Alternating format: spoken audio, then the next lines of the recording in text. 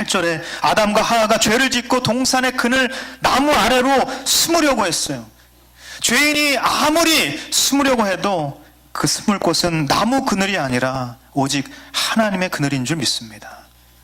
나무 그늘로 아무리 숨으려 해도, 아무리 도망치려 해도 우리는 그곳에 숨을 수 없는 것이에요. 하나님의 그늘 밖에 우리는 숨을 곳이 없는 것입니다. 저는 여러분이 죄에 이끌려서 하나님부터 도망치려 하지 말고 어떤 상황에서도 우리를 품어주시는 하나님께 나아가게 되기를 예수님의 이름으로 축복합니다. 하나님을 피해 숨어 있는 그 아담을 부르시면서 하나님은 내가 어디 있느냐라고 물으시는 것이에요. 그런데 하나님의 이 부르심, 이 물음의 뜻을 아는지 모르는지 아담은 이렇게 이야기합니다. 10절 말씀. 제가 동산에서 하나님의 소리를 듣고 벌거벗은 것이 두려워 숨었습니다.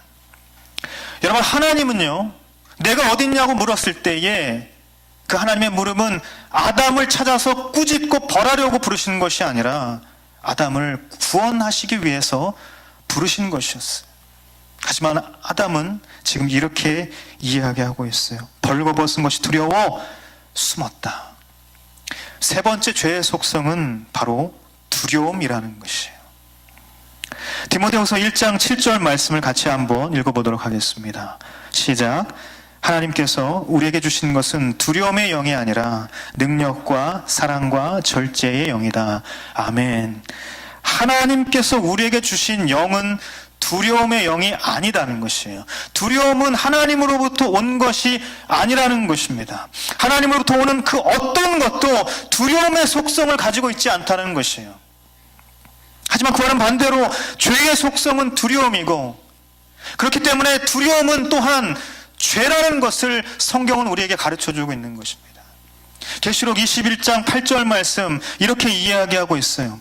그러나 두려워하는 사람들, 신실치 못한 사람들, 가증한 사람들, 살인한 사람들, 음행하는 사람들, 점술가들, 우상 숭배하는 사람들, 모든 거짓말장이들은 불과 유황이 타는 못에 던져질 것이다. 이것이 둘째 사망이다. 자막을 띄워주세요. 여러분 잘 보십시오. 두려워하는 사람들이 가장 먼저 나오죠. 정말 엄청난 사람들이 나옵니다. 신실치 못한 사람들, 살인한 사람들, 음행하는 사람들, 점술가들, 우상 숭배하는 사람들. 여러분 살인 안 해보셨죠? 할렐루야.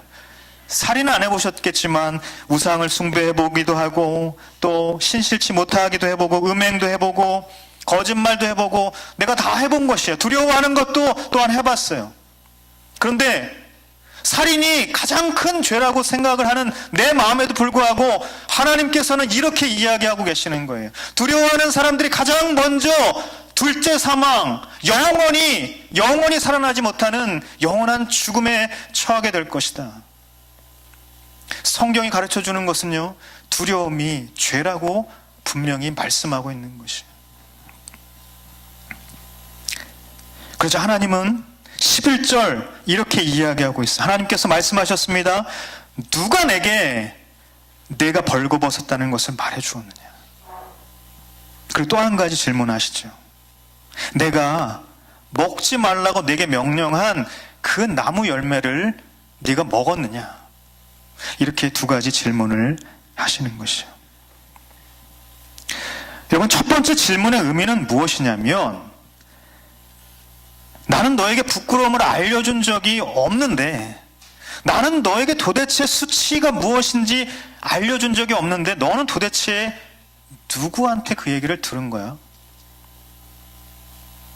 하나님께서 누가 그 얘기를 했는지 그 누가가 궁금하신 걸까요? 아니에요. 이 이야기는, 이 질문의 의미는 누군가가 너에게 그렇게 이야기했다, 너에게 그것을 알려주었다, 네가 죄를 범했느냐? 그 배후에는 누군가가 있다라고 말씀하고 있다라는 것이에요. 다시 말해서 네가 지금 수치심을 느끼고, 네가 지금 도망치고 싶고, 네가 지금 두려워하는 상태에 처한 그것을 너에게 허락한, 너로 하여금 그렇게 만든 장본인, 그 원흉이 따로 있다라고 말씀하고 있다는 것입니다. 여러분, 우리는 하나님의 이 첫 번째 질문에서 매우 중요한 영적인 진리를 깨달아야 합니다. 우리가 죄를 지을 때 우리는 보통 어떻게 생각하냐면 그것이 어떤 내 안에 어떤 심리적인, 내 안에 어떤 내면적인 주체적인 어떤 그런 그런 잘못된 것들, 그런 원인들 때문에 우리가 죄를 짓게 된다라고 생각을 하기 마련이라는 것이에요. 죄를 짓고 내가 그렇지 뭐, 나는 이거밖에 안 돼, 나는 도저히 구제불능이야, 이런 생각을 우리는 한다는 것이에요. 마치 자기 자신을 무슨 악의 축이나 되는 것처럼 그렇게 여기고 만다라는 것입니다. 이것이 매우 중요한 문제라는 것이에요. 여러분, 죄에는요 반드시 배후가 있는 것이에요. 그리고 그 배후는 누구입니까? 배우 아니고요, 배후. 그것은 바로, 깨어나십시오. 할렐루야. 죄의 배후가 여러분을 노려보고 있습니다. 죄의 배후는 바로 사탄인 것이에요. 죄는 사탄 때문에 벌어진다는 것입니다. 자, 그러면 인간은 죄를 짓는 데 있어서 전혀 책임이 없다는 말입니까? 아닌 것이죠. 그래서 두 번째 질문을 하시는 것이에요. 뭐라고 하십니까? 내게 명령한 그 나무 열매를 네가 먹었느냐? 뭐라고 얘기하시는 것이에요? 즉, 명령에 네가 불순종했느냐? 이것을 묻고 있다는 것입니다. 죄의 배후는 사탄이지만 죄를 범하는 선택은요 인간에게 있다고 말씀하시고 있는 것입니다. 하나님 말씀에 순종할 것인가, 순종하지 않을 것인가, 불순종하고 그 죄를 저지를 것인가, 우리는 여전히 그것을 선택할 수 있다는 것이에요. 하나님께서 우리를 만드실 때 그렇게 만들어 놓으셨어요. 그러므로 여러분, 우리는 두 가지를 깨달아야 됩니다.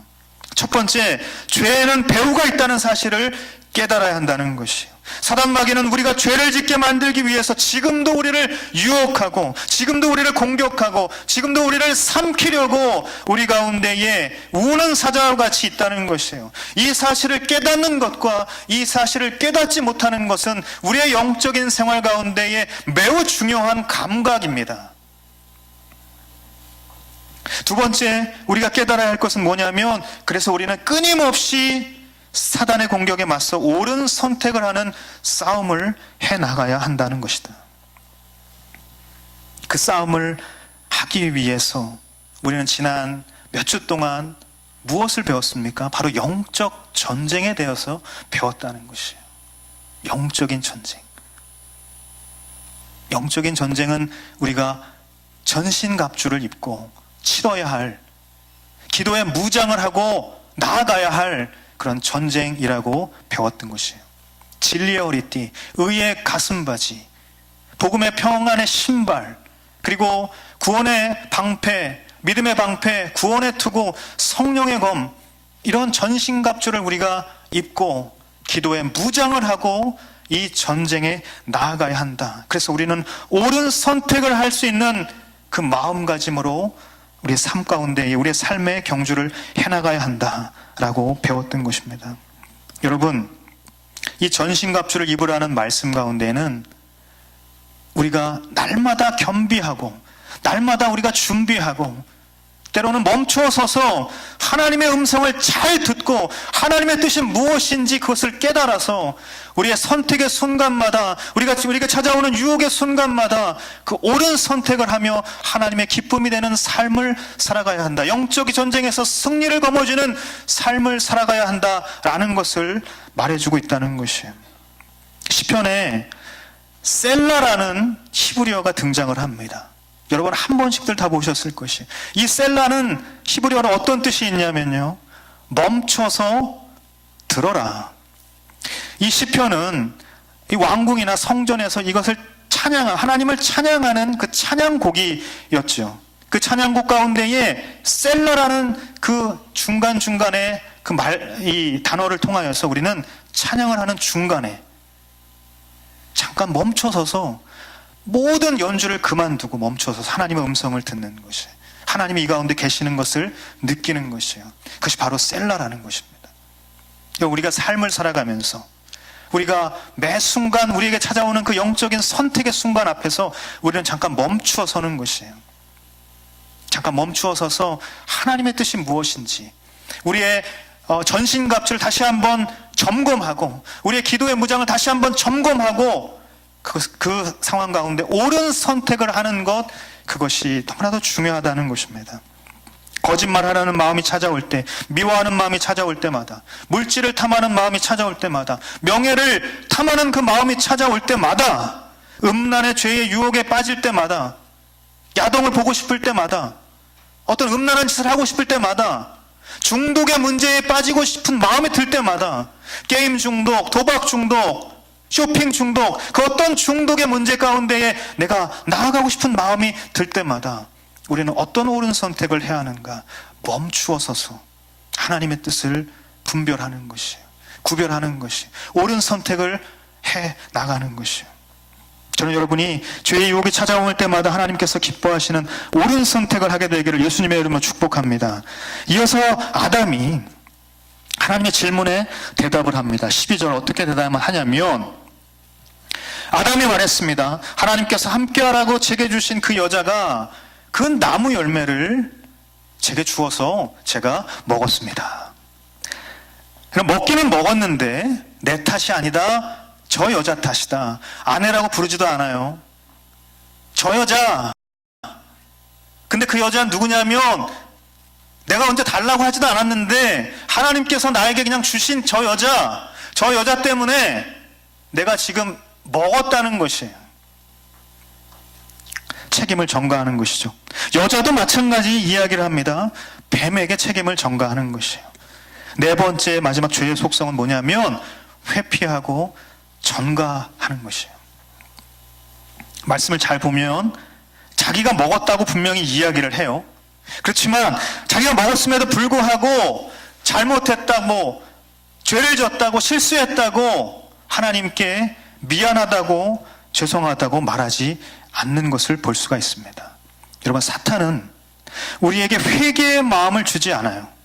사탄은 우리에게 회피의 마음을 주고 전가의 마음을 줄 뿐입니다. 이것이 더욱 우리의 죄의 골을 깊게 만들어버리는 것이에요. 인간의 죄성의 흐름이 있는데, 이 죄성의 흐름은 저번에 제가 한번 나누어 적이 있는데요, 창세기 3장의 말씀을 통하여서 인간의 죄성의 흐름을 세 가지로 이야기할 수 있습니다. 첫 번째는 뭐냐면 탐하는 것이에요. 두 번째는 척하는 것이에요. 그리고 마지막 인간의 죄의 흐름의 마지막 궁극의 본성은 뭐냐면 탓하는 것이에요. 창세기 3장 6절에 보면 어떤 탐하는 마음이 생깁니까? 먹음직도 스럽고 보암직도 하고 지혜롭게 할 만큼 탐스러운 마음, 그런 탐하는 마음, 이거를 먹고 싶은 그 탐하는 마음이 생기는 것이에요. 욕심이 생긴다는 것이죠. 탐한다. 두 번째는 척하는 것이에요. 척하는 건 뭐예요? 아닌 척 거짓말한다는 것이죠. 3장 8절에 보면 뭐라고 합니까? 나실표 동산나무 아래로 숨었다라고 이야기합니다. 들었지만 들은 척, 듣지 못한 척 하는 거예요. 숨은 척 하는 것이에요. 그리고 마지막 12절 13절 말씀처럼 남의 탓을 하는 것이에요. 책임을 전가시키는 것이죠. 이것이 바로 인간 죄의 흐름, 그 가장 마지막 단계에 있는 탓하는 것, 그것이 바로 죄의 속성이라는 것입니다. 저는 여러분이 실수를 인정하는 그리스도인이 되기를 예수님의 이름으로 축복합니다. 저는 여러분이 잘못을 고백하고 미안하다고 쏘리할 수 있는 하나님의 사람이 되기를 간절히 바랍니다. 자, 그리고 나서 이제 하나님은요, 최종적으로 뱀에게 심판의 선고를 내리시는 것이에요. 14절 15절 말씀이 바로 하나님의 심판 선고인데, 너는 모든 가축 가운데, 모든 들짐승들 가운데에 더 저주를 받을 것이고, 그래서 배로 기어다니고 내가 사는 평생 동안 흙을 먹을 것이다. 그리고 내가 너와 여자 사이, 내 자손과 여자의 자손 사이에 증오심을 두리니 여자의 자손이 내 머리를 상하게 할 것이고 너는 그의 발 뒤꿈치를 상하게 할 것이다. 죄의 원흉에 대한 저주의 선언을 지금 이야기하고 계시는데, 그런데 저주의 선언은 저주하고 심판하는 것으로 끝나는가? 그렇지 않은 것이에요. 오늘 이 말씀은 그럼에도 불구하고 죄인을 구원하시려는 하나님의 은혜로 귀결된다는 것이라는 사실입니다. 왜냐하면 하나님은 절대로 우리를 포기하지 않으시는 분이기 때문에 그래요. 여러분, 오늘 본문을 통해서 우리는 원래는 너무나도 행복한 상태였지만 죄로 인해서 추락하고 타락해서 심각한 불행에 빠져서 우리는 더 이상 그 불행에서 헤어나올 수 없는 그런 아픔 가운데 있는데, 그 불행에서 우리를 건지려고 결정하신 하나님의 첫 번째 구원 계획이 오늘 이 말씀 가운데에 들어있다라는 것이에요. 그래서 우리는 구원의 소식을 말할 때 뭐라고 하죠? 구원의 소식. 그것을 복음이라고 이야기를 하는데, 그래서 많은 신학자들은 이 구절, 창세기 3장 15절을 신학적으로 첫 번째 복음, 원시 복음이라고 말을 하고 있어요.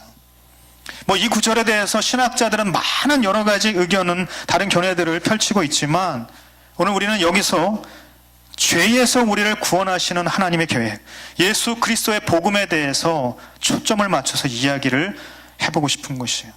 15절 말씀 다시 한번 읽도록 하겠습니다. 15절입니다. 시작.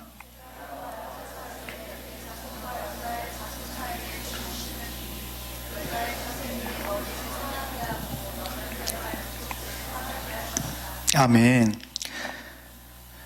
오늘 말씀에, 지금 이 창세기 13장 15절 이 말씀에 등장인물들이 나오는데요. 누구일까요? 다들 아실 거예요. 제가 이 등장인물들 하나하나를 좀 3인칭 전지적 작가 시점으로 해석을 좀 해보도록 하겠습니다. 제 마음대로 해석하는 주해라고 하는데요. 제 마음대로 해석을 하는 것이에요. 하지만 영적인 영감으로 하나님께 주신 해석인 줄 믿습니다. 잘 들어보십시오. 이 구절을 어떻게 이야기할 수 있냐면, 하나님께서 사탄과 여자 사이에, 사탄에 속한 자들과 그렇지 않은 사람들 사이에 증오와 적개심을 갖게 해서 그들 사이에 전쟁이 일어날 것인데, 그 전쟁의 결과는 사탄에 속하지 않은 사람들의 대표 한 사람, 바로 예수 그리스도, 여자의 자손으로 오시는 예수 그리스도가 사탄의 머리를 상하게 할 것이고, 사탄은 그 예수 그리스도의 발 뒤꿈치를 상하게 하는 정도가 될 것이다. 할렐루야. 아무런 감흥이 없으시네요. 다시 한번 읽어드리도록 하겠습니다. 하나님께서 사탄과 여자 사이에, 사탄에 속한 자들과 그렇지 않은 사람들 사이에 증오와 적개심을 갖게 해서 그들 사이에 전쟁이 일어날 것인데, 그 전쟁의 결과는 사탄에 속하지 않은 사람들의 대표 한 사람, 여자의 자손으로 오시는 예수 그리스도가 사탄의 머리에 치명상을 입힐 것이고, 사탄은 예수 그리스도의 발 뒤꿈치 정도를 상하게 할 뿐이다. 할렐루야. 하나님께서는 완전한 창조를 이루신 분입니다. 또 완벽한 구원을 이루시는 분인 줄 믿습니다. 그래서 성경이 말하는 그 모든 구원의 이야기는 결국 하나님이신 예수 그리스도가 이 땅에 오셔서 우리 온 세상을 구원하시고 우리로 하여금 영원한 생명의 길로 인도해 가신다, 그 이야기를 하고 있다는 것이에요. 그런 관점에서 하나님의 말씀을 읽는다면 오늘 이 말씀, 이 구절은 저주와 심판의 메시지가 아니라 구원의 메시지인 줄 믿습니다. 이 구절은 승리의 메시지이고, 이 구절은 구원의 기쁜 소식을 담은 말씀인 줄 믿습니다. 할렐루야. 여러분, 죄의 결과는 죽음뿐이라고 했어요.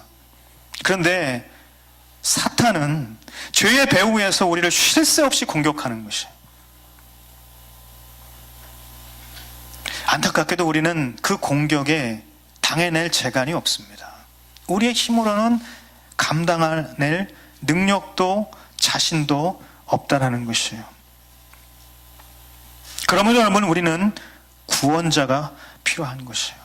한 사람, 여자의 후손으로 오시는 예수 그리스도, 그분이 필요한 것이에요. 성경은 이것을 확실하게 우리에게 증거하는데 갈라디아서 3장 16절 말씀은 이렇게 이야기하고 있습니다. 같이 한번 읽도록 하겠습니다. 시작.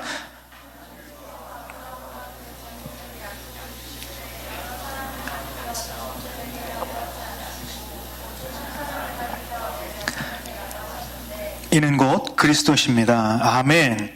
갈라디아서 4장 4절도 이렇게 증언하고 있습니다. 같이 한번 읽도록 하겠습니다. 갈라디아서 4장 4절입니다. 시작. 그러나 때가 차자 하나님께서는 자기 아들을 보내셔서 한 여자에게서 나게 하시고 율법 아래 나게 하셨습니다. 아멘. 오직 한 사람을 가리켜 내 자손이라고 하셨는데 이는 곧 그리스도시다. 그리고 한 여자에게서 아들이 나타날 것이고, 그것이 바로 율법에서 이야기하는 하나님의 약속에서 우리에게 증언하고 있는 바로 예수 그리스도이시다, 메시아이시다 말씀하고 있다는 것이에요. 그러니 우리는 그 싸움을 도저히 감당할 능력도 자신도 없는 존재인데, 우리에게는 그래서 슈퍼히어로 바로 예수 그리스도가 필요한데, 그 한 사람, 대표, 여자의 우스러우시는 그 한 분이 필요한데, 우리가 다 그 모양이니까 사단에 속한 사람들의 대표, 사단에 속하지 않은 사람들의 대표, 그 한 사람만 죽이면 게임 끝이라고 생각하는 것이에요. 그래서요, 어떻게 하냐면, 사탄은 성경에서 이야기하는 그 수많은 전쟁의 역사를 통해서 바로 예수 그리스도, 여자의 후손으로 나실 그 예수 그리스도를 추격하는 것이에요. 그래서 그 사람을 죽이려고, 그 사람이 태어나지 못하게 하려고 그 수많은 전쟁을 일으키고 있다라는 것이에요. 사람들이 반목하고, 사람들이 갈등하고, 사람들이 탐욕 때문에 전쟁을 일으키는 것처럼 보이지만, 사람들이 우상 숭배해서 이 전쟁이 일어난 것처럼 보이지만, 실상은 사단의 집요한 살인 전략이 그 가운데 있다는 것이에요. 그러므로 우리는 이것을 어떻게 부를 수 있냐면 영적인 전쟁이다, 이렇게 부를 수 있는 것이에요. 하지만 그럼에도 불구하고 그런 사탄의 모든 노력은 헛수고가 되고, 예수 그리스도는 여자의 후손으로 이 땅에 오시는 줄 믿습니다. 할렐루야. 그리고 하나님은 여자의 육체를 굴복시켜서 죄를 짓게 만든 그 사탄의 승리를 비웃으시며, 고스란히 그 방법 그대로 여자의 육체에서, 여자의 후손에서 바로 예수 그리스도를 태어나게 하시는 것이에요. 그리고 사탄에 속한 자들과 사탄에 속하지 않은 하나님께 속한 자들의 그 전쟁에 가장 앞장서서 사탄의 머리에 치명상을 입히게 하신다는 것이에요. 십자가에 달려 돌아가셨지만 죽은 지 3일 만에 부활하시는, 죽음을 뚫고 부활의 생명으로 나타나시는 그 하나님의 놀라운 승리가 바로 이 하나님의 역사 가운데에 나타나게 된다는 것입니다. 저는 여러분이 이 복음을 믿게 되기를 예수님의 이름으로 축복합니다.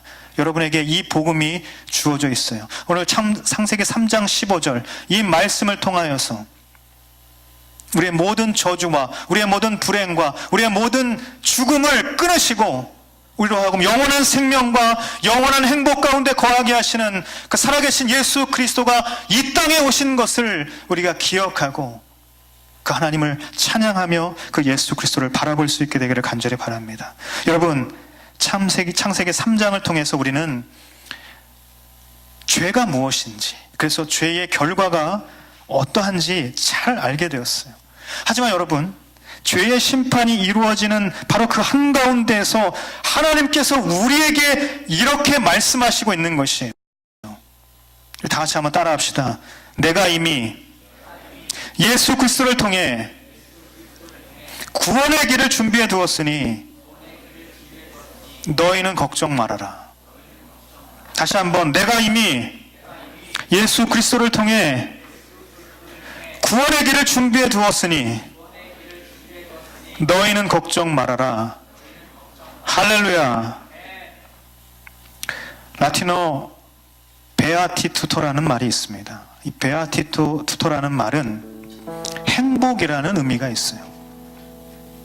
이 베아티투토는 베오와 아티투토가 합쳐진 말인데요. 이 베오는 행복하게 하다라는 그런 의미가 있죠. 그리고 아티투토는 바로 태도 혹은 마음가짐이란 뜻이 있습니다. 어떤 의미일까요? 행복은 마음가짐에서 오는 것이다. 여러분, 죽음의 불행이 생명의 행복으로 바뀌는 것도요, 예수 그리스도를 받아들이는 마음가짐에서 오는 줄 믿습니다. 예수 그리스도를 받아들이는 그 마음가짐에서 시작하는 것이에요. 주님은 오늘 이 시간, 이 순간에도 우리 마음 가운데 살아 역사하시는 분인 줄 믿습니다. 주님을 이 땅에 보내시는 그 하나님의 역사는 바로 창세기 3장 15절을 뿐만 아니라 바로 지금 이 순간에도 저와 여러분 가운데에 역사하고 있는 것이에요. 오늘 대림절 첫 번째 주일이에요. 대림절이라는 뜻은 어떤 것이냐면 구세주 예수 그리스도께서 이 땅에 오심을 기다린다는 뜻입니다. 기다릴 때자죠. 임재하시는 주님, 주님의 임재를 기다린다라는 뜻이 바로 대림절이라는 것이에요. 여러분, 기다린다는 것은 받아들일 준비가 되어 있다는 것을 의미합니다. 예수를 저와 여러분의 구원자로 받아들이면 불행 속에서 추락하는 존재가 행복으로 비상하는 존재로 회복될 줄 믿습니다. 죽음으로 떨어지는 존재가 생명으로 솟구쳐 올라가는 존재로 회복되는 줄 믿습니다. 우리의 모든 불행이 행복으로 바뀌고, 우리의 모든 죽음이 생명으로 변화되고, 우리의 모든 죄와 허물이 오직 거룩한 예수 그리스도의 보혈의 능력으로 씻겨지는 변화된 우리의 존재가 그 가운데 주어지게 된다는 것이에요. 사랑하는 여러분, 창세기 3장 15절 말씀을 통해서 우리에게 주시는 약속을 붙들고 그 약속을 믿는 믿음으로 주님을 기다릴 수 있게 되기를 간절히 바랍니다. 말씀을 통해서 주시는 그 약속은 무엇입니까?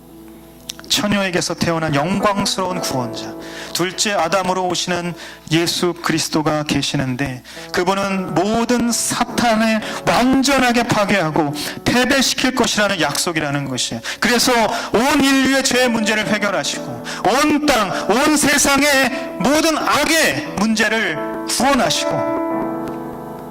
온 땅, 하나님께서 창조하신 모든 피조물들이 하나님을 찬양하고 그 입술을 벌려서 주님의 영광을 보게 되는 그것을 약속하고 계시다라는 것이에요. 여러분, 그 약속을 믿고 지금 이 순간에도 우리를 사랑하시고 우리에게 다가오시는 예수님을 여러분의 중심에 모시게 되기를 간절히 바랍니다. 초대교회부터 내려오는 전통이 있다고 합니다. 이 대림절 기간에는요, 같이 예배하면서 가장 앞에 빈 의자를 남겨놓는 것이에요. 그 빈 의자를 통하여서 내가 높아져 있고 내가 나의 보좌 가운데에 살아있고 앉아있었던 그 모든 것을 에서 내려오고 바로 빈 의자에 다시 예수 그리스도를 모시는,